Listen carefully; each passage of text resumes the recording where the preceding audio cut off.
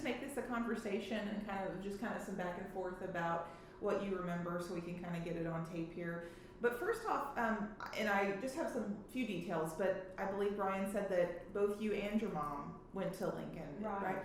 How did your family come to Springfield or even your mom's family? How did you guys end up here to begin with? Well, I'm a native of Springfield, and so was my mother. But my mother's family came from Fairplay, Missouri here. My dad was not a Springfield man. He came to Springfield in the early 1900s with his mother from Macon, Mississippi. Okay. How did he end up here? A lot of people came here. Springfield was considered a good place for black people. And so a lot of people came out of Mississippi because the life was so terribly hard for them. And a lot of them went to places that were similar to where they were from, where they had cotton fields and everything. And a lot of them came into Missouri because in southern Missouri you picked cotton. And a lot of them came out of the harsh conditions of Mississippi, and they got that far, and there was a couple that I interviewed for a story that had come from Tupelo, Mississippi. And they had been under very bad conditions there. They lived on a plantation. And they were trying to get to Springfield, and they got in southeast, southern Missouri, and I think it was Marshall, Missouri, and they lost everything in a flood. And then they moved to another town in Missouri, and there was a lynching there. And they all had to go to the woods. The women had to go to the woods and hide and all of that. And then they came to Springfield, made their home here, lived here for many years, and their son and I are classmates. One of their sons and I are classmates. Yeah. Well, you said it was early 1900s? Yeah. That my dad came. Yeah. So post the lynchings here? Or? Oh, well, my mother was born here in 1913. Okay.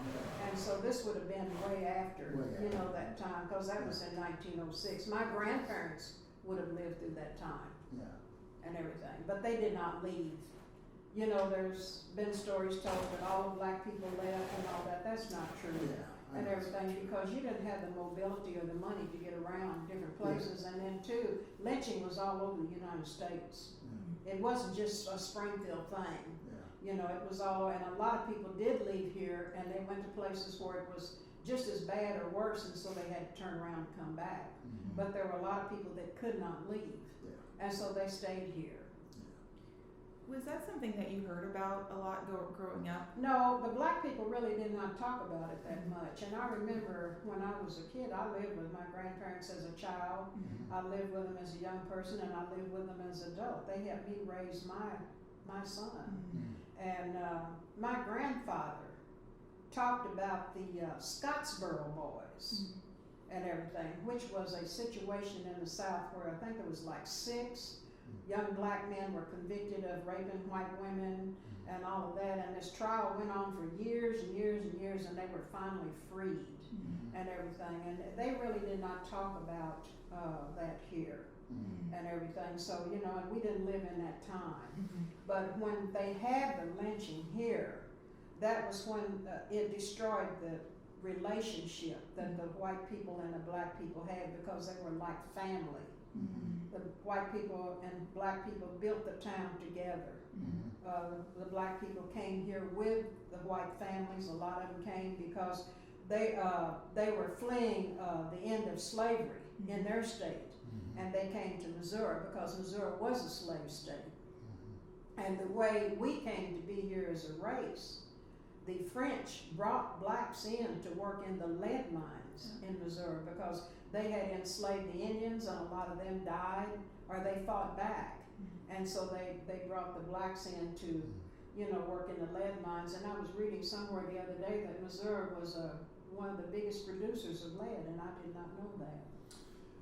Yeah, there was an explorer came in 200 years ago. Yeah, fall. Schoolcraft. He was Schoolcraft. He was looking for lead and zinc and minerals. And there was always something going on. Yeah, and all that, but I know a lot of them came in, and then when the white people came here to this area, there were blacks living among the Indians. A lot of black people here are descended from the Indians. My family is descended from the Cherokee Indians in Oklahoma. My mother's father was part Indian. Well, I guess, kind of off more towards the school, what was it, I would say, what was it like attending school? I don't know that it, were there any kind of stories that stick out in your mind that really you remember strongly from attending? Well, Lincoln was a school from 1 to 12 grades. Mhm. And then you were growing up with people that you knew. Most of the families here were related or kin, Mhm. and you were going to school with kids that you knew and grew up with. Plus, they brought kids here from other places to go to school, Oh. and everything, because in a lot of areas, there was no high school for black kids. Mhm. And some areas only had like a grade school, and if you wanted a better education or wanted more for your kids, they had to go somewhere else. Mhm. Like I have a friend who came here and came from Arkansas and finished high school at Lincoln, because where he lived, there wasn't a high school.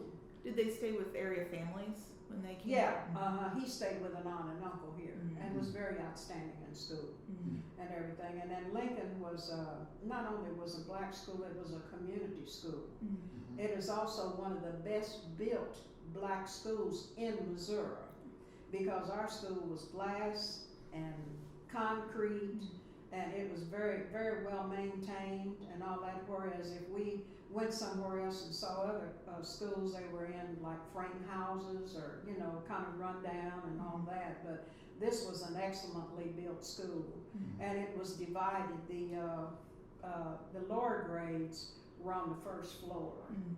And then in the basement was industrial arts, the cafeteria, and my mother was, she went on the faculty in 1949, and her room was in the basement. The 5th grade room was in the basement, but grades 1 to 4 was on the first floor. They had a gym over there that served as not only as a place to play sports, but it was also a place for entertainment, all your activities, commencement and everything. One of the great events we had at Lincoln every year was a fashion show, a community fashion show. And the lady that taught home economics, Miss Cardi Penn, her church put this on every year, and everybody would go to that fashion show. And the people who ran the stores downtown would lend clothes for the fashion show and all of that, and it was quite a wonderful event. And there was a black man whose daughter went to school at Lincoln, and her name was Betty Franklin, and her dad was a tailor. And he designed a tuxedo for himself and a ball gown for his wife, and they modeled in the fashion show. Oh, wow. Did it raise money for something, or was It was a community project. It raised money, and all that, and it was something that everybody went to. Mhm. And then the grade school would put on a pageant. Mhm. They would put on a spring play every year. Maybe they would pick a fairy tale, and then all the kids would be in costumes, and grades 1 to 6 would participate in that. They had the commencements there. A lot of the social organizations would rent Lincoln School. They had the proms there for the kids. They had the Masons. There's a big picture, a long picture of the Masons having one of their meetings in Springfield on Lincoln School grounds, and they're all seated outside and everything. That should be in Dr. Lederer's collection. Have you ever seen that picture? I've never seen that particular photograph. You but should. You should. So it was a community resource. It was a community resource. Yeah, it was a community resource because we were we were segregated. We could not go to the other places and everything. And then you must remember that when blacks came to America and everything, they were slaves and were forbidden to read and write. You couldn't own property. White people were not permitted to teach you, things. You didn't talk because you didn't speak the language, or you didn't, and all that. And you were there to work. That's what you were there for. And they were supposed to provide you food and shelter and stuff like that. But as far as the other things, you didn't have that. That came about later. And then because nobody ever determined how this was to go about, the races were segregated, but nobody really told anybody how to do it. Everybody had their own plan. And a lot of places you was highly segregated. And in others you were not so much. Just like the Dred Scott decision was based on a black slave. And everywhere he went around with his master. Some places he roamed around wherever he wanted to go, and then in other places he was dared to move. You couldn't go without permission or a pass and all of that. Well, his master was supposed to have freed him, and he didn't. He died. He didn't free him, and then his wife refused to free him and everything, and so he carried his case all the way to the Supreme Court, and they ruled that we were non-people, that we didn't have any rights. You know, you mentioned how different areas had their own way of doing segregation, and in Springfield, from your perspective growing up here, what was it like? I mean, was it overt racism? Was it? It wasn't like a lot of places where you go to places and they had signs up, and all that. They had, you had racism here, but it wasn't that bad. But I'll tell you what happened. My dad took me and my family one time to the Missouri State Fair. He was the only driver in the family. And so we went to the State Fair. We didn't know we was going. It was a surprise. And he put us all in a car and we went up to the State Fair. And so we were just walking around looking at everything, and we saw a whole group of people gathered around looking at something. So naturally we went up to see what they were looking at. And what they were looking at was this white man had a little wooden stand out in the middle of this area, and it had a great big sign over it. No niggers or dogs allowed, exclamation, exclamation, exclamation. That's what people were looking at. And the crowd was black and white people, mostly white people, some blacks, and everything. Nobody said a word. Nobody said anything. Nobody did everything. And he was standing there with his arms all folded and everything like that, like he dared anybody to say anything. No one said anything. And so my dad looked at that and he told us, he said, get in the car, we're going home. And we came home and nobody talked. We rode all the way back to Springfield and no one talked. So, but that's the way it was. And then when we traveled with food in the car. A lot of places you couldn't go to the bathroom, and all of that, and all of that. But it wasn't as bad as some places where they actually had signs up that you couldn't do this or you couldn't do that. But you had that in Springfield. And you had areas where you didn't go to unless you worked. And then they also had what they call sundown laws and everything, which were not really written down. But you were going those areas and work from daybreak to sundown. You had to be out before dark. And they would bring the black people in to work there, but you had to leave before then. And when I was working at Kraft, I was a laboratory technician for 30 years. And so we were going on a field trip to Mountain Grove, Missouri. And Dr. Lederer had been at one of the black churches, which was just around the corner from where I lived. And she was lecturing there and showing her film that she had made on black history. She was talking to a minister that was in a wheelchair, and he was telling her that they had sundown laws in Mountain Grove, and had a sign up, and all that and everything. And I thought, oh my God, here I'm going to Mountain Grove. I don't want to go to Mountain Grove like that. So I went in and talked to my boss, and the type of relationship we had with our bosses there at Kraft, it was like family. And we called him by our first name. And his name was Ron Jones. And I went in and I talked to him and I told him, I said, hey, I'm going on this trip to Mountain Grove, and I was telling him about hearing this at this church. He said, you don't worry about that. He said, we'll take care of that. But you're going on this trip.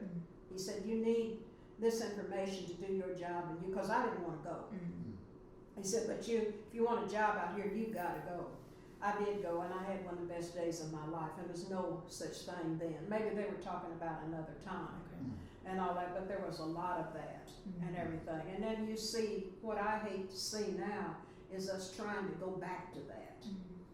You expected that in my age, when I was growing up. You expected a white person to call you a nigger, and all that, but you don't expect that now. And here you have people doing this that shouldn't be doing it. The guy that runs the pizza place, Papa John, he made some remark, like that. Why would he do that? He's too young for that. Why bring all that up? Because everybody's got to get along. And you don't know how people are going to react when you say something to them and everything. Like Denny Wayne, our city councilman, black city councilman, once told me this story and everything, and he said, you can go and talk to 10 black people and you can say the word nigger. He said, one of them not going to say anything. The next one might look down at the feet, one might cry or anything. He said, but one of them's going to hit you. And he said, if you say it in front of me, I'm going to hit you. So you never know how people are going to react. And so I hate to see us get into that when you don't have it, because you have all this information out here. Today I brought a whole portfolio of information about the good that went on in this town. That's what I want to see out here. Not this hatred, not this drive-by shootings we've got now, not a Negro breaking and entering every day, you know, and all that. That's what you see in your paper. And that hardens people. That's what they get. Well, they're not nothing. Look at them, you know, and all that. They're not doing anything. And every now and then you'll see something about somebody that does something, but it depends on what you want to project. And you have all this information now. Why would you feel that way? And I know some years ago I was in a grocery store, and I went in an aisle in a grocery store, and it was a young white couple there, and they had a little boy in the cart. And he looked up and saw me, and he said, "Mommy, look," because he had never seen anybody like me. Well, they just panicked. They just got so hysterical almost. They didn't know what to do or what to say, and they started looking at all the labels, and I just got out of the aisle because it was just an awkward situation. But I can understand that when you don't know or when you haven't had, you know, but when people interact and they know better, you know, why does Donald Trump get up and talk like he does? He knows better. But he's getting over with it. That's the bad thing about it. And because he does it, they think they can do it. And when you do that, when you call a person out of their race or you say something, you don't know how they're going to act. They might knock the crap out of you, or they might shoot you, or they might stab you. You know, you don't know. And we all got along here. Even though we were segregated and not together, we got along because we were not bothering each other. You went to the white people when you had a reason to go to them.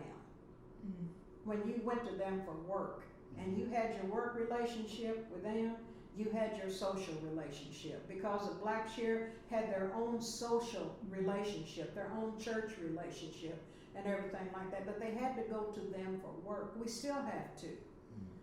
We don't need, you don't, the way I would put it like this, you don't need us, we need you, because you're the power group, and we've got to go through you to get what we want. And you've got to have goods and services and money and jobs and all of that, so you have to. You have to try to get along. You have to figure out how to navigate.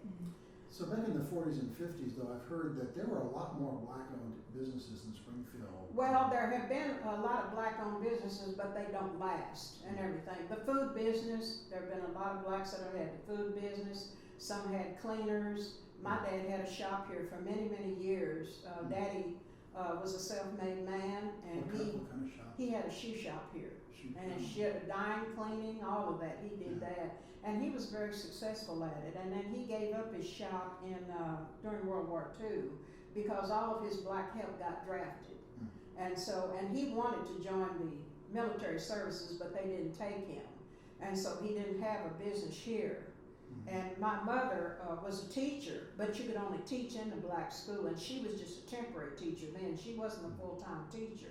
And so they left here to do better and everything, because they were hiring blacks by the slews in the cities because all the whites went to war, and they got slaughtered in World War II. And so they reached out to other people. The blacks took over the jobs in the factories and stuff like that. The Japanese, they interned them in labor camps, and they made them do the migrant work and everything, you know? And just like these people will tell people who come to the United States, oh, you don't work, you're doing a job they don't want to do. We've done all those jobs. We've picked the cotton, we've done the fruit, we've done the vegetables and all of that, but there was no money in it. There wasn't a living to be had in it and everything, and so you have to leave that to do better. And so Daddy and Mother went up there to Chicago. My grandmother, my dad's mother, lived in Chicago. And they went up there, and Daddy got a job in a factory, and Mother worked in Washington, D.C. She worked as quartermaster in Chicago and at the Pentagon in Washington, D.C. She got to see Charles de Gaulle at the Pentagon. And then they came back here, and they had to start all over again. And Daddy went back in business, but she couldn't get into schools because there were only 12 teachers in schools, and you couldn't teach anywhere else. And so she did housework. And then she got on the faculty at Lincoln in 49. I started to school at Lincoln in 45. She got on the faculty in 49. I went to Lincoln 9 years. And then when the schools integrated, I immediately went to Central High School. One of the things that Dr. Lederer brought out in her work was that they kept Lincoln open 1 year when the schools integrated. They kept Lincoln, and anybody could have went to Lincoln. A lot of people wanted to stay at Lincoln and finish school. And so the class that was graduating at Lincoln, they all stayed, but 3 went to Central. And that was Virgil O'Neill, Mary Lucille Wilkes, Richard Lee Lewis. And Virgil is deceased. Mary Lucille does not live here. Bucky Richard Lewis lives here in Springfield. And all that, and they graduated. They finished their senior year at Central and graduated in the first. They were the first 3 blacks to graduate out of Central.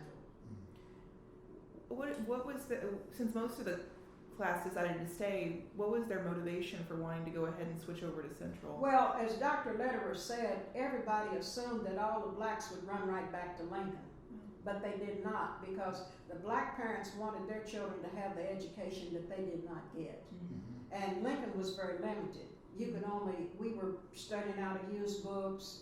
You know, we didn't have a lot of materials and everything. A lot of it would be borrowed from the whites, or they would come, and they were very good about sharing what they had with us and everything. But we did not get the money, you know, for the schools and all that. And then we only had basketball at Lincoln. They played baseball on the school grounds.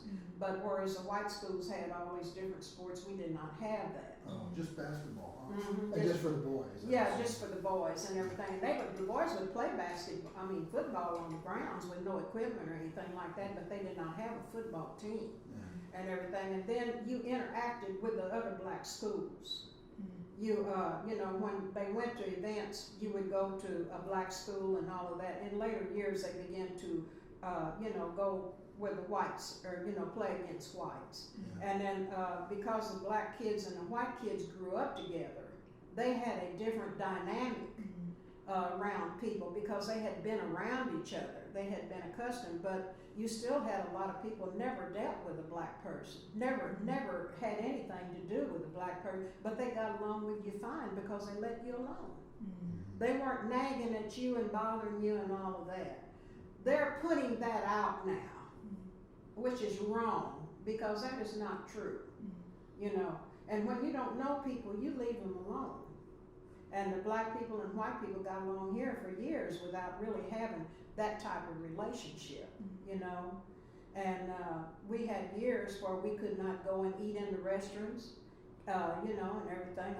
There was a lot of segregation here and all that. But even at that, even though you couldn't go and sit down in the restaurant and eat, black people were in there cooking the food that you were eating, you know. But a lot of white people did not know that. They did not know anything about black people except they were a problem. And that's what they're perpetuating now. Trump is really good at this. He's got on social media talking about all the crimes and this and that and everything like that and all that. But what do you expect when you take everything away from people? They're going to turn to crime if they don't feed themselves or, you know, have families and all of that. And you had so many years of where they did not provide. But Springfield was unique that when we integrated, we had a man that had a vision, and that was Mr. Graff, who was superintendent of the schools. And he didn't leave it out there hanging. When they said we would integrate, we knew exactly what we were going to do because he came to the black school and told us. He told us at a commencement. I remember that. You remember that? He came and talked to your, he he came talked to and the entire school. He talked to the students. people there that was gathered at the graduation, and he told them, we will integrate. And they kept the black teachers. And see, my mother had given birth to my youngest brother in 53, a year before they integrated. Mm. And she was worried about her job because you taught on a yearly basis. They gave you a contract, a year by year contract. You didn't get your contract, you wouldn't teach. That was one way they could get rid of you if they didn't want you around. And she was worried to death, for fear she wasn't going to have a job. And so she taught, and then she went on to teach at Pick until she retired. And another lady that taught there with her, Mrs. Decatur, they wanted to experiment with black kids, white kids having a teacher on the high school level. And Miss Decatur taught at Pick in a while, and then they moved her to Parkview. Parkview was built in 1956. So half of my class was split, because Central was the only school then and everything. And so half of us went to Parkview, half went to Central, and we'd get together and have joint reunions and everything. But you did not have that animosity that you have, because the blacks was not that big a part of Springfield. They was only about 1% of the population, and they were considered docile. They weren't considered threatening or violent or anything like that. A lot of times in Chicago, it's totally different. It's like a war zone in Chicago and everything. It's a murder every day because they have never had a relationship between each other. The people who run the cities don't want anything to do with each other. I remember when they had a black mayor in California and they had a white police chief. The white police chief didn't want to have anything to do with the black man. And so they had all these problems out there. You've got to get along. You've got to talk to each other. You've got to communicate and everything. But the communication isn't on the level of the people that need it. You need it not only at SMS. You need it not only at Drury. You need it out here in the street where these people are dealing with each other every day. And then too, the dynamics has changed. The diversity, it's here. They talk about Springfield as an all-white town. No, it's not. No, it's not all-white town. I got a white daughter-in-law, and people they have integrated. They have mixed. You go and you see people at the store, white people with black kids. They're their kids and everything. You don't have that. They're trying to bring that back, trying to resegregate. It's not happening. People are not going to stand for it and everything. So you've got to go with the times. So you did your first year of high school, 9th grade. 10th grade in Central. Yeah, because I went 9 years to Lincoln. You went 1 through 9 at Lincoln, and then in 10th grade you went to Central. And went 10th, 11th, and 12th. But I only went to Central full time in the 10th grade. The next 2 years I went to school half a day. They had started what they call COE, which is occupational employment. Vocational occupational employment. So you work part-time? Yeah, work part-time and go to school, and you got credit toward graduation. And I worked for a wealthy white family here, the Gammons. They were cattle buyers and everything. Cattle buyers. They had a cattle operation at the stockyards. And it was Frank Gammon, Bob Gammon, and Lucille Gammon was their sister. Lucille Gammon Parker was the lady that I worked for, and I took care of her mother at the house. And then her husband, Robert Parker, had the trucks that hauled the cattle and everything. And so I would go to school a half day at Central, and then I would eat lunch there and catch a bus and go to their house and work to 5 and get off in the afternoon. And that put me through high school and 2 years of college. Where'd you go to college? SMS. And then I got married, and of course that ended everything. But the dynamic is very different here in Springfield and everything. You can't really compare Springfield with a lot of other places, And I would wish that I knew more about a lot of other places. My boyfriend has a classmate. She lives in Ferguson, Missouri. She was here for a funeral. We saw her last week. I would love to talk to her and know what's going on there, that why they have the type of situation they do. Because until you sit down and actually talk to people. But the thing about it, you've got people here that have always worked toward getting along. A long time ago, before we ever had any overt organizations and everything. The white people and black people got together. They used to have what they call an interracial council here. And they would sit down and talk about their problems and work them out very privately and quietly, and nobody ever knew anything about that and everything. And then when our leaders of all of those places died out, we didn't replace them. There was a lot of them. This lady that we talked about, Mrs. Adams, who was the librarian at Lincoln, she was a great person in the community. She taught at Hillcrest, she taught John Sellers and everything, and she was a big advocate in her church. You know, she was a Baptist and she was a missionary, and she went to all the ladies groups around here, but then when she died, she wasn't replaced. And you have a lot of people here who are working to better Springfield, but you've got to be where they are, and you've got to know who they are and everything, and you've got to be part of that process. I'm at home, I'm not part of that process. And like I told people, I'm the past, you all are the present and the future. And you can either make it better or make it worse, but we're still not reaching all of these people out here on this level, and there are meetings all the time. There are things that you can go to where people are getting together, a lot of churches working. You've got your Black Lives Matter group and everything. They had a memorial of the lynching in Nichols Park, and we went to that. But there was no one from any of the families that were in it, and I married a Duncan. I married into a family that one of the members was a Duncan, but I'm not a Duncan. See, I was a Bland, and I married a Duncan, and then he and I divorced. But one of the men who was lynched was a Duncan named Howard Duncan. Horace Duncan. And they had a really nice program there, and they had a young lady that spoke, and she's going to run for one of the public offices. But I don't know her, you know, I'm not familiar. You've got to really interact with people. There's a lot going on here. There's a lot going on at Drury, a lot going on at SMS, a lot going on at OTC, but are they reaching the people out here that really need to know that and everything? And you've got your police chief is willing to work with people now and everything. In a lot of places, they will not even talk to a black person.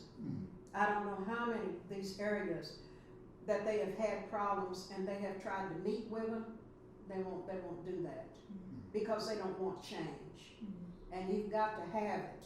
You've got to have it because those people, their numbers are getting bigger and bigger and bigger.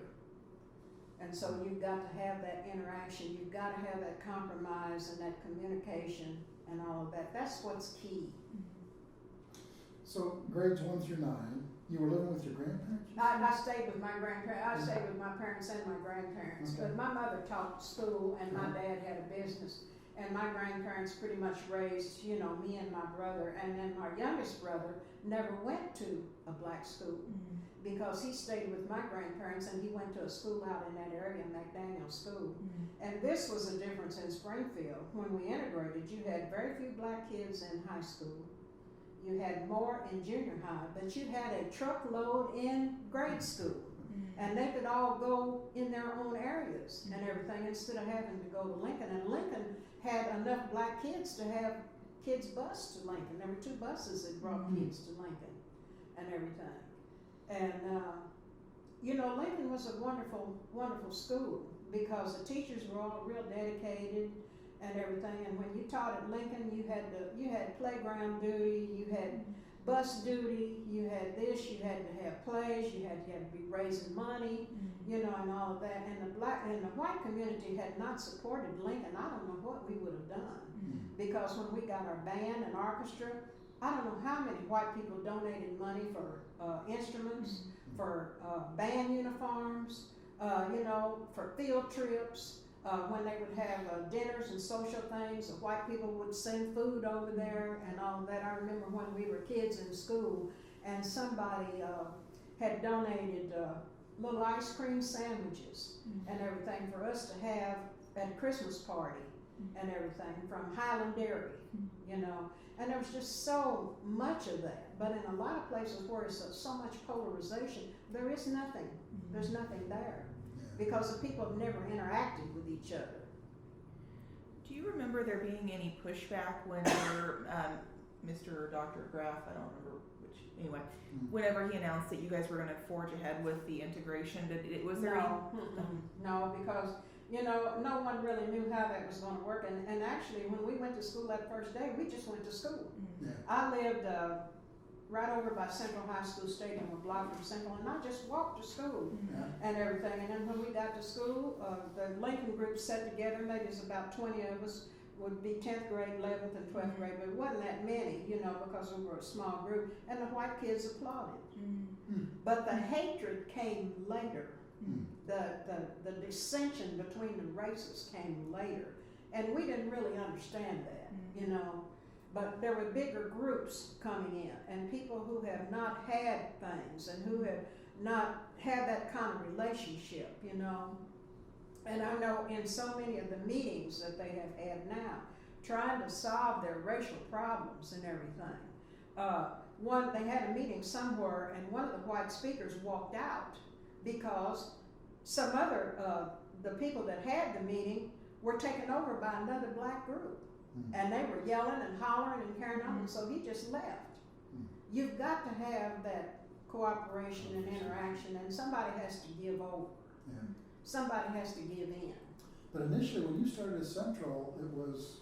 Yeah, and The it white wasn't that students many. involved? It wasn't that many of us, you know, and everything. And and one of my classmates died while we were at Central. She died in '56. We graduated in '57. Yeah. And the Diversity Center at Drury, which is Washington Avenue Baptist Church, was a big black church then, one of the biggest in Springfield, and her funeral was there. A lot of white kids skipped school that day to go to her funeral and everything. I know one of my white friends told me, she said, I wanted to go, but she said, I didn't dare ask my parents because they would want to know why he was wanting to go to a black person's funeral, because they didn't really mingle with black people. And she said she just wrote out a slip and signed her parents and, you know, and went to it, and we But were all the there. kids wanted to go. They wanted to go, so they did that. And then by them playing ball together, they played baseball together and everything. And then you had that relationship all along with the white people and the black people. Every black person has to have a white person that they can go to get things. And you know, they got really mad at Oprah Winfrey. I don't know if you ever knew about that, because she said something about you need you some good white folks, you know, and everything. And you do. You need that and everything. You need those people with power and money to help you get what you want. And I know when I was growing up in the black church, and they used to have what they call pew rallies, and it was a fundraiser. And you would go and sit in a certain person's pew and pay money to sit there. Well, I'll tell you what, a lot of white people would come and sit in somebody's pew and give money. And I know there were two men in our church, Mr. Claypool and Mr. Bedale, and they would vie for which one could get the most money. And these prominent white people would come and sit in their pews, you know, and all that and everything, and then they would have a contest to see which one would get the most. But you have to have that. That's what preserved what few remnants we have of the black community here now, is because the white people have gotten in it and taken it over. We wouldn't have the Diversity Center at Washington Avenue if they hadn't done that. And if you go in that church, it's just like you step back in time. It is. Only they made it lighter and brighter. It used to be dark in the evening. And we used to go to events up there. They had a ladies group up there called the Ruth Gleaners. And they would put on this beautiful program at Thanksgiving and everything, and they would all march in with their little lights and sing This Little Light That Shines and have a great program. But there were so many things that you had. And then one lady, black lady, came here that worked for Ozarks the public network, and she asked me, I was talking about all the clubs we used to have and the parties. She said, well, what happened? I said, a bad economy happened. When the economy started going sour, the blacks are the first ones they get rid of. There's a saying, blacks, last one hired, first fired. And that's true of a lot of places. And all you know how to do is that one thing. And then they let you go, and you don't have anything. Now, just like my boyfriend and his brother, they were in a steel mill in Chicago for years, Southside Steelworks. When they went out of business, they came back home. But a lot of people lost everything they had, and then nobody would hire them. They were union. The other places are not going to hire you, and all of that. And a lot of these areas where they have really, really bad problems, gang problems, like the Chicago boys out of Elgin, Illinois, I think that's where they come from, and everything. The blacks that came out of the industry in Chicago moved over there and maybe had temporary jobs, then the industry moved out and they didn't have anything. And so, you know, you just, but like I say, Springfield is a very unique place. But the thing that I see now is that the problem is that it's just like it was when I was growing up. If you want to do better, you got to leave here. Because Springfield is basically a low-wage town for everybody, white and black. And a lot of people choose to stay here because they love it, they love the atmosphere and everything, or they made their money somewhere else and then they come here to live. It's a great place to raise your kids. It's a great church town. It's a great family town. We're known for giving and everything so much that people take advantage of us, you know. And they have wooed all these homeless people here and they don't know what to do with them. And there's more of them here than you would ever dream of, you know. Then you've got your drugs coming in and you've got your gangs coming in and all of that. And those people are a different makeup. They're a different dynamic and everything. But they're here and you got to figure out a way to deal with it. Back when you were in grade school, grades 1 through 9, so were there extracurricular activities for you? Oh Lord, yes, there were a lot of extracurricular. Band? They had band and orchestra here. Mr. Brooks came from Hannibal, Missouri here, and he had the band and orchestra. And then they would put on a program every year, and they would interact with other black schools. They would come here, and they would have the Battle of the Bands and everything, and they would have a big assembly, and they would have a dance and all of that and everything like that. Well, that took a whole lot of community input, and Mr. Brooks maybe didn't have the equipment for that and everything. He could go and get on the phone and call some white person. They'd be right over there with what he needed. He was a good friend with a man, I think his name was Chester Moffitt, that had the Civic Symphony here and all that, and he was always there. And then Mrs. Adams, that was a librarian. There was a lady, Miss Brown, that was affiliated with the library here in Springfield. She was always over at Lincoln talking to her. And then Elizabeth Stillwagon was a white lady who was over art in the public schools. She was always at Lincoln. The black teachers and white teachers met all the time and interacted. The black teachers and the black teachers in Joplin interacted. You have to have that interaction of everybody. You cannot be off to yourself, you know, and do things like that because it's not enough of you and it's not the money there. But they had a lot of things. We put on, the grade school kids would put on a play every year. Maybe they would pick a fairy tale and they would you'd have to make costumes and everything like that and all that. That was in the fashion show. They just had a lot of activities before we had any other place that we could go. Then when they built the community youth center on Benton, which is now all Jordan Valley, well then that was started by the World War I veterans and everything, and it was the American Legion and the black community. We had a lot of teenage parties and everything there. Then there was a lady that bought the old hospital building there, Mrs. Alberta Crittenden was her maiden name. I can't think of her. Ellis, Alberta Ellis.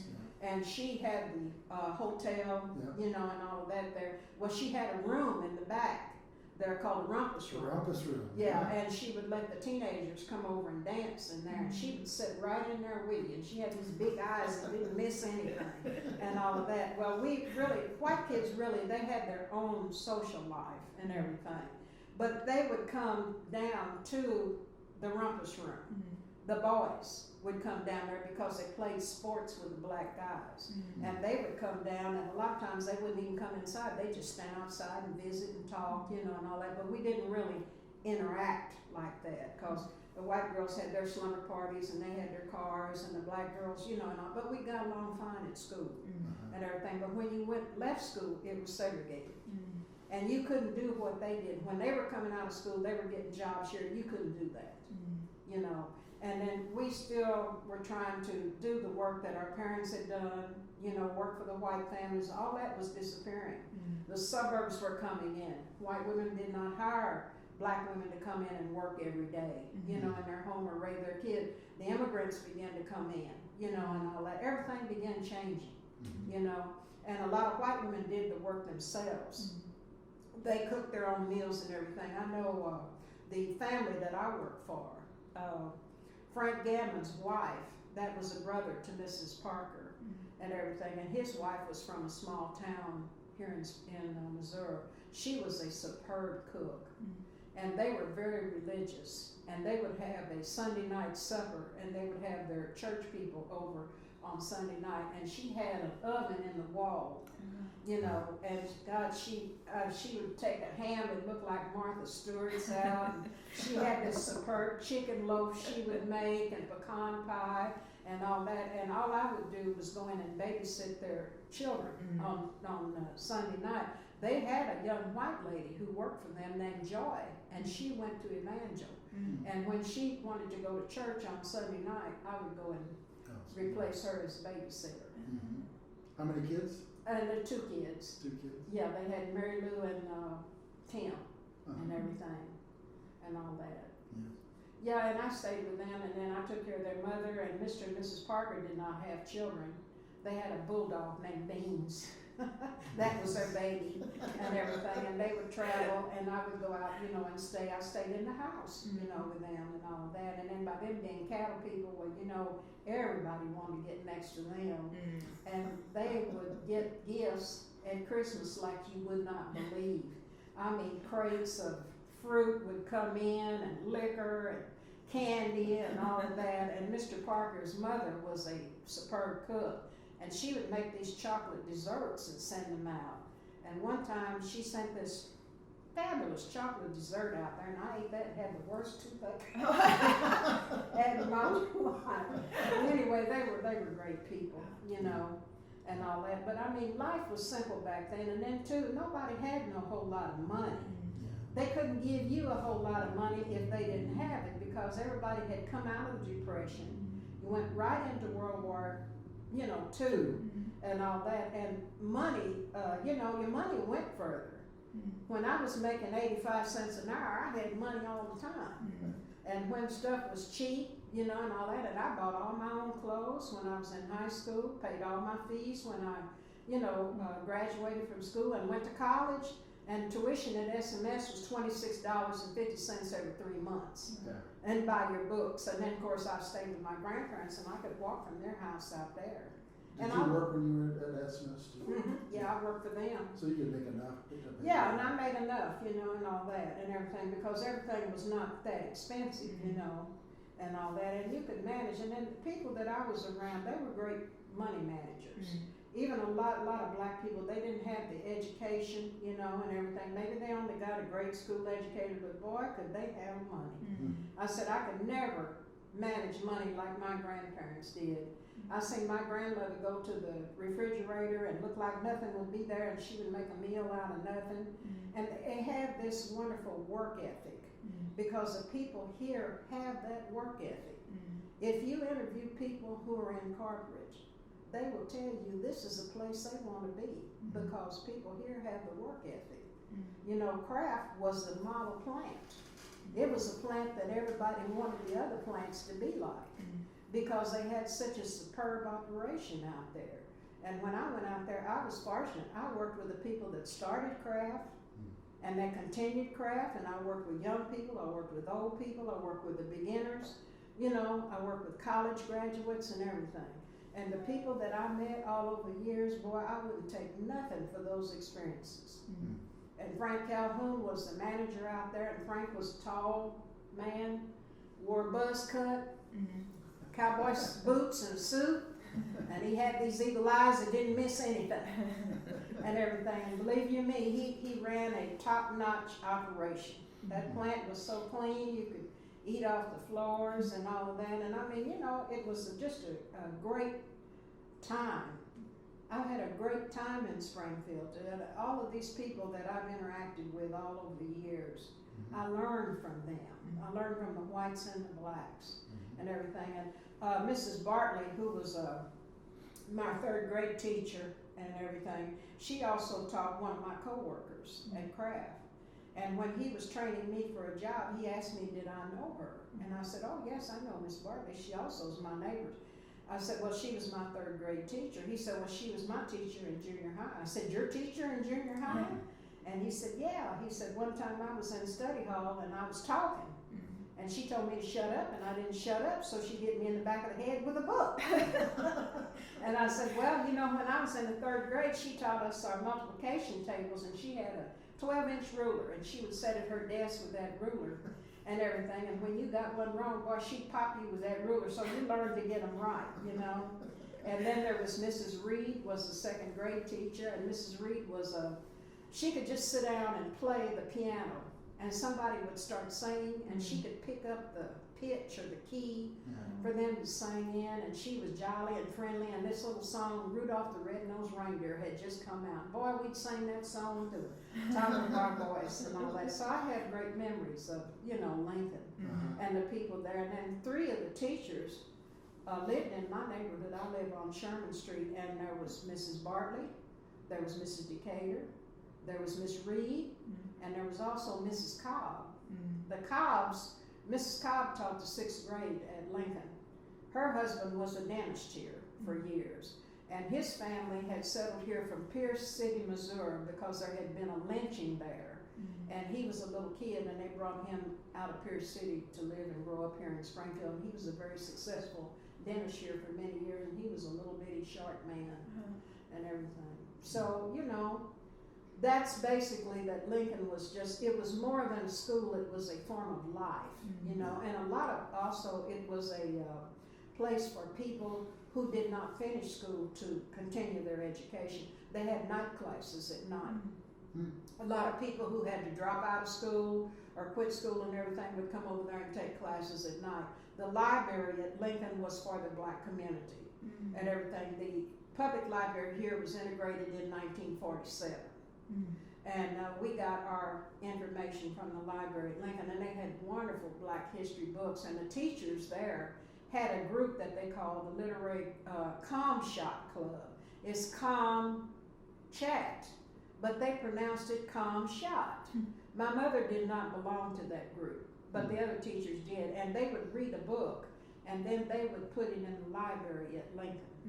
And everything. So, and we really centered on black history. We would have in February, we would have a Black History Month, and we would study about Booker T. Washington, Paul Laurence Dunbar, all of that. We'd do readings and, you know, and histories and read books. And the lady who was the 4th grade teacher there, Miss Mary Tolliver, she was very much artistic.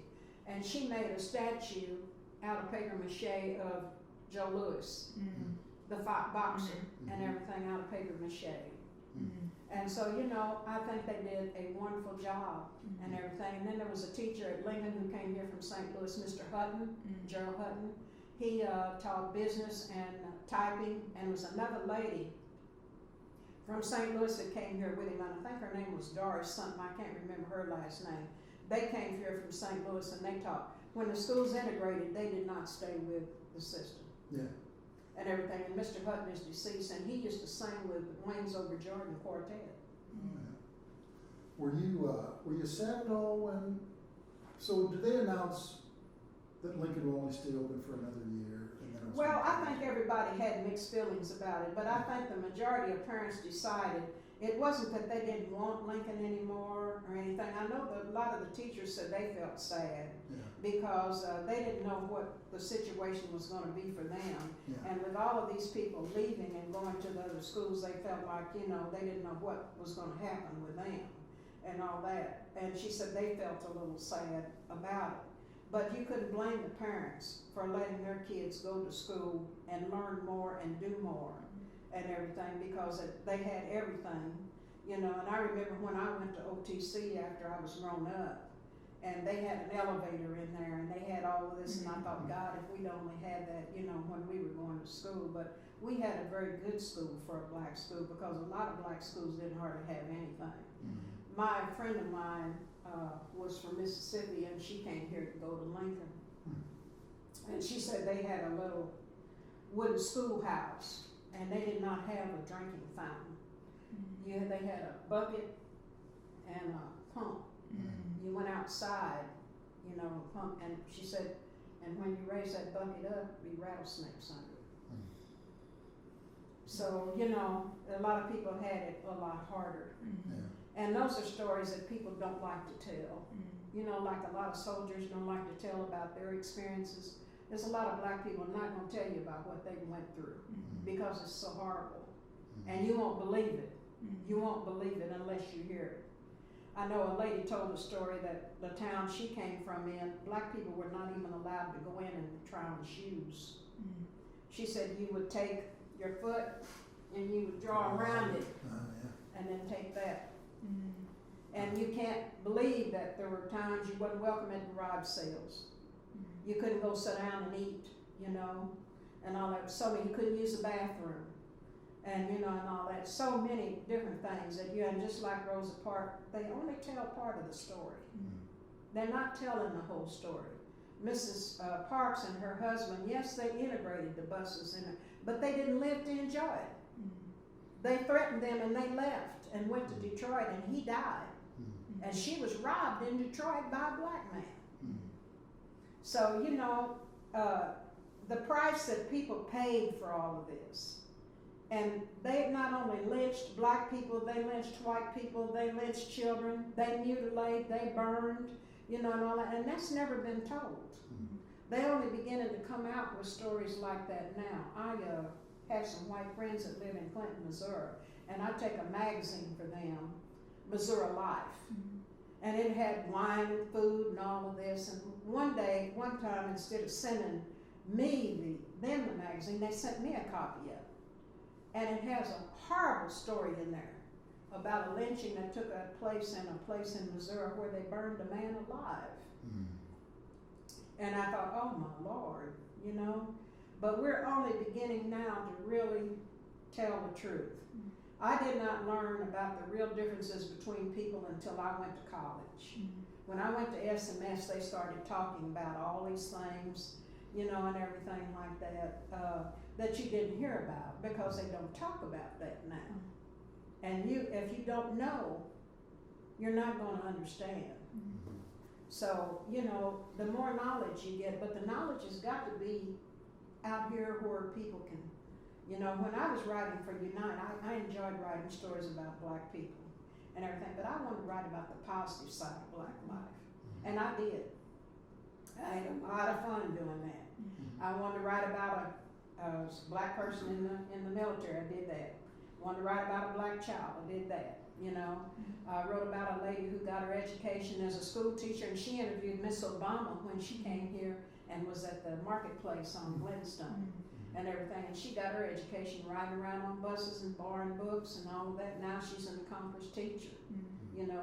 But you got to want to hear that, you know. We're interested in the nasty side of life.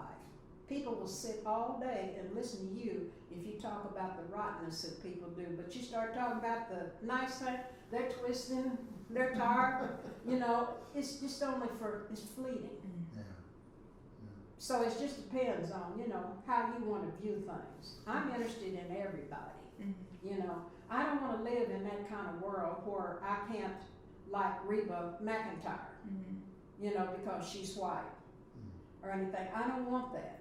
I don't want to just center on my own people. I'm aware of a lot of things. I want to be that way, you know, and all that, and I try to be. But you've got to want to do it. But there's a whole lot of people who haven't had that experience, you know, and they don't quite know what to do or how to do and all that. And we still haven't decided what we want to do about the black people in America. Do we want to keep them? Do we want to like them? Do we want to dislike them or what? It's still a big question mark. So Norma, you mentioned soldiers. Were there a lot of soldiers that would come on leave to Springfield? Yeah, because before we integrated, the soldiers could not use the officers' club at Fort Leonard Wood. And a lot of them came to Springfield. A lot of ladies married soldiers here and everything. And I know when I was growing up, my parents would never let me go to there was a Air Force base in Olathe, Kansas, and everything. And I had a friend who wanted to take me up there and everything, and they didn't want that and everything. But there were a lot of ladies that married, you know, soldiers. Richards Gebauer, was that the one? Huh? Richards Gebauer Air Force Base. I don't know, but I know it was a base up there. Yeah. And then a lot of them came here from Fort Leonard Wood, and then Mr. and Mrs. Grimm had the business where it used to be Stakeout, now it's a Chinese place. Yeah. You know, they had Grimm's Barbecue for years, and a what it lot of black people came through there, and they had the first motor courts here Yeah. and everything. The guy that I bought my house from on Sherman lived in one of their little motor courts until he bought that house on Sherman. He was in the Navy, and then he lived there for a while, and then they moved away, and he died, and his wife sold the house. That's how I got it, and everything. Oh, is he the guy he worked there? Did he work there? No, his name was Paul something, Okay. and everything, but he was not a Springfield guy, and everything. He had been in the Navy. Yeah. But James Brown came through here and went to Grimm's when he was in the military. It was a lot of people that came through Springfield, you know. There's a lot of untold stories about Springfield. When you were in, when you were attending Lincoln, grades 1 through 9, there was no kindergarten, right? There were kindergartens here, and they were in small houses and everything, you know. Because my mother taught kindergarten, and then she also taught high school as a temporary teacher. And one time she had a student in class, and the high school was on the second floor. And this guy told her, said, well, what would you do if I jumped out the window? And she said, well, if you're silly enough to jump, go ahead. And he did. But he jumped right out and got on the ground and got up, you know, and just scared her to death because she thought she'd be fired for him doing that, but it didn't hurt him, you know. But we had, and then they used to have talent shows here. You know, there was just a lot of things. They had a lot of social clubs and everything. My mother and dad belonged to one called the Key Club. It was one of the oldest clubs in Springfield. And they had the spring party every year. And then there was Club 15, which was a men's club. They had a party on Thanksgiving, the Friday after Thanksgiving. Then the 5-6 Club had a Christmas party, and so on it went. And then after the economy got bad, things diminished. People had to concentrate on working. And then also, this older group in Springfield that Dr. Lederer interviewed and got all her information, they died out. And they died out rapidly. Like in 1981, there were like 2 deaths a week in the black community, which is a lot for us, you know. And when those people died, the history died with them. Nobody kept it going. And these kids now, they have cell phones, they have smartphones, they have all of this and everything like that. Why are they not recording the history? I do mine on my little typewriter at home and handwriting and pasting stuff and all of this and putting it together myself, but I don't have the means that they do to do all these things. Why not do that? Why not talk to your family and interview them and all of that? They're a wealth of information. There's all kinds of stories to be told, you know, and I loved it. I really enjoyed it. Now, I do write at home, you know, for my own purpose, and then when someone passes away, I will write a story about the person in their family. It was a lady that died the 22nd of June. I wrote to her family and everything about her. And so I just really don't, you know, write. And then, like I say, mine was a hobby. I never made it a profession. I could have, because when I went to work, wrote for Unite, I could have made it a business, but I didn't want to put my own money in it and it'd be a plot. And then too, you have to be careful what you say about people and how you say it and all that. It's a whole lot behind it. And I know one time I was writing an article, and I was going to write something in this article, and I talked to Mrs. Grimm, was my mentor that had the business and everything. And I was talking to her, and I was going to put this in the article and everything, and she told me, she said, I wouldn't do that if I were you. She said, because, she said, did they have a disclaimer in the paper? And I put a disclaimer. She said, well, that's where they print that they're not responsible for, you know, what you say. Went back and looked at the Unite, and there it was, and everything. And she said, if you do that, that's going to be on you, and you don't want to do that. And so you have to be very careful what you say now, with so many people twisting your words around, so many people editing or re-editing or deleting what you say or changing it around, you know, and all that. And so I just got out of it. Yeah. How long did you do that? How long did you I wrote for about a year or two, Uh-huh. and I've still got all my articles at home that I wrote and everything. And like I say, I enjoyed it. Every month you'd have an article? I did for a while, not every month, but as often as I wanted to, you know, and then I got to write about who I wanted to write about, you know. But there were a lot of articles I wish I had written. Now, I wrote about Denny Wayne, who was our councilman, but at that time, he wasn't the councilman. He was in the car business. Now, I always wish that I could go back and write about him now, after all his career, you know, and everything. Norman Jackson, the musician, always wanted to write about him. He told me some amazing stories, you know, about trying to be a musician and what they had come up with and all of that. A lot of them started out singing in churches and gospel singers. Did you ever write about the Philharmonics? No, but I knew Homer real well, and I always wanted Homer to write a book because Homer was a wealth of information. See, Homer's wife and I are classmates, Betty, and she passed away recently and everything. And then her brothers used to work for my dad. But Homer was amazing, all of the stuff that he knew about Springfield and all the experiences that he had. And he was a person that was never tarnished by being a black person. He loved life. Everybody loved him. If he'd come in this room and met you right now, you'd feel like you knew him all your life.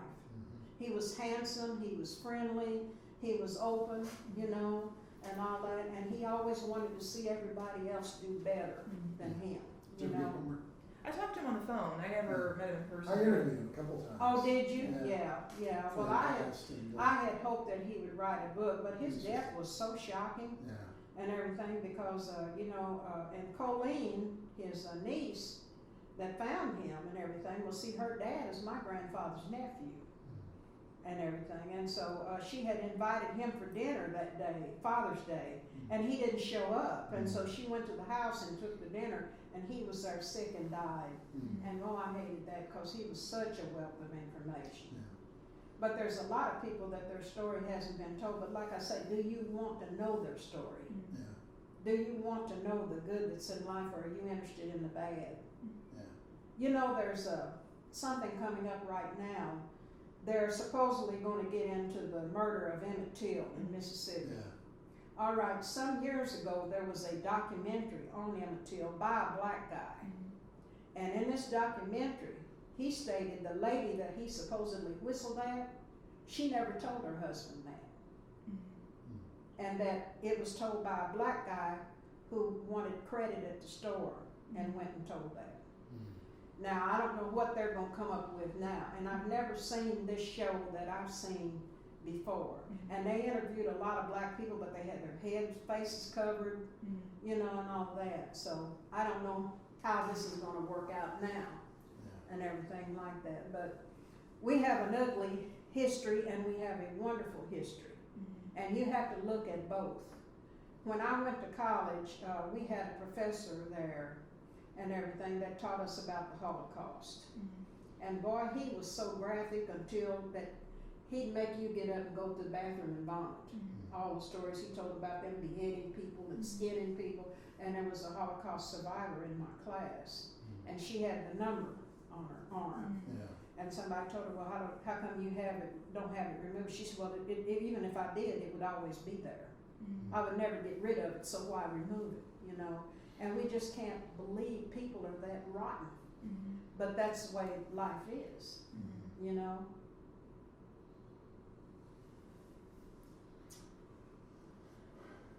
Well, thank you very much. Thank you. Oh, well, you're welcome. For sharing your story. I thought maybe there would be a lot of people here today. There's so many people that went to Lincoln and had a lot of experience, but a lot of people just don't like to talk about that. And then it depends on how it's portrayed. I've given a lot of interviews, and some of them have been good, and some of them have been bad, and some of them have misused my information you know, and all of that. And then I said, well, I didn't know whether I want to come today or not, but I said, well, I would. Yeah. And I'm glad I did. We don't edit. We don't edit. It's just how the file is what is preserved. So Mhm. Yeah. But you need to preserve that history, and you need it more from just people like me. You need everybody's story, because there's lots of Yeah. great stories about Lincoln. Yeah, I interviewed Elaine Graham Estes a couple months ago, Mhm. just about her Lincoln High School. Yeah, and then I had given an interview to the at SMS about, you know, my experiences, you know, traveling, and I'd asked him, I said, well, mine wasn't all that good. You sure you want to hear about this or not? Because I told him about, you know, the situation, you know, going to the fair, you know, and all that. But Yeah. that is very much a part of life, Yeah. you know, and all that. But we never let that destroy our willingness. And I am an American, whether everybody wants me to be one or not, and everything. And our blood is drenched. The flag's drenched with our blood as well as white people. They might be mad at the guys for not standing in attention and all of that, but for what they've been through and what they've had to endure, they won't take a knee, that's their business, you know. But we were pledging allegiance to the flag. We were reciting, you know, we were singing the Star Spangled Banner and all of that. We were singing God Bless America and all of that, even when we were not even treated that way. And I remember when I was married to my second husband, and he was in Korea, and his best friend got killed first day when they went into combat. He was shot in the head in a foxhole. He said he was so scared. He said it's all I could do to pick up that gun and fight, but I knew I had to. But he said when I came back and was marching back, and they played the Star Spangled Banner, I felt like I was a real American then. He said the first time in my life I've ever really, he said, I was so proud and so proud to be an American. But see, they look and say, well, we're not that way. We don't care. You know, we do care. We have sacrificed. Our blood's been spilled. The first person in the American Revolution killed was a black man. But you've got to know those things, and you've got to want to know them, you know. So I enjoy talking to people that like to know, you know, but if you're not interested, that's you, you know. I can either talk or shut up. That's the way I feel about it, you know. And you can have your attitude that you want. You may not care, but there's a lot of people never had anything to do with a black person, and they're not mad at you. They don't care about you. You're not part of their, you're not on their radar and everything, and they're always going to be that way. Then there's others, they just want to keep something going all the time. They just want to stir and stir and stir. And it's sad to see people that know better to do that kind of stuff. But Donald Trump is like his dad and his granddad before him, you know. But hey, he's our president, whether we like it or not. More likely he'll be the next one, you know. You never know. We'll have to see, but hey, if you don't vote and you don't participate, that's what you're gonna get. Yeah. Boy, and I do try to vote. I really do. I think about that. I know I used to have to vote at the courthouse. And there was a story about a black man who was trying to vote in Mississippi, and he was shot and killed on the courthouse steps. And I used to just park and walk up those steps and go vote because he got shot on those steps. I said, here, I can do that, you know.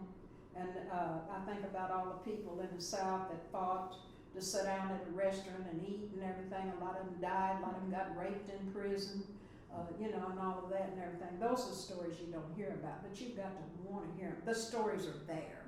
Anything that you want is there if you want to know about it. You have got a library, you've got movies, you've got everything. There's no reason for us not to know our history. And our history is a mixture of everything. It's a mixture of everything. The good and the bad. Yeah, the good and the bad and the ugly. Yeah. Well, thanks very much. Well, you're certainly And welcome. thanks for sharing your documents. Oh, well, you're welcome. Yeah. And everything. Yeah. I have shared a lot all over the years and have done a lot of writing, you know, and all of that. But like I say, I like to see other people. There are a lot of black people here who are doing a lot of things and everything. Now, Wes Pratt, you know Wes Pratt? I know Wes. Wes Pratt was my neighbor on Sherman Street. Yeah. And he went to bat for me when I first moved up there and everything. And I was having a problem with my son at Central. And they were going to throw him out of school. And I didn't know anything about it. he wasn't going to school, he wasn't doing anything in school, and I didn't know anything about it. And they had called me just before school was out and told me they was gonna kick him out. I said, no, you're not. That's not your policy. My mother was a Springfield teacher. You don't do things like that. I said, I did not know anything about this and everything. And I went to West, and we went to a school board. We were trying to get a black counselor. We didn't get a black counselor, but we got heard, you know, and all that. And then my son, he quit, went to Kansas City, and you know, went in the Navy, you know, and all that. But I understand when people have problems with their kids and everything. But it's you've got to try to get along. And now you get in this polarization where we're not going to do this, and we're not going to change, and all that. And here you're getting these incidents more and more. Springfield, I grew up in this town when you could sit on the porch, and I used to sleep on the porch at night and all that, you know, and everything and all that. And you didn't have all of this now. Now you got drive-by shootings. Now you got home invasions. Now you got dope and all of that, and it's here. It's here. Well, it's All great. right. Thank you. Yes. You're welcome.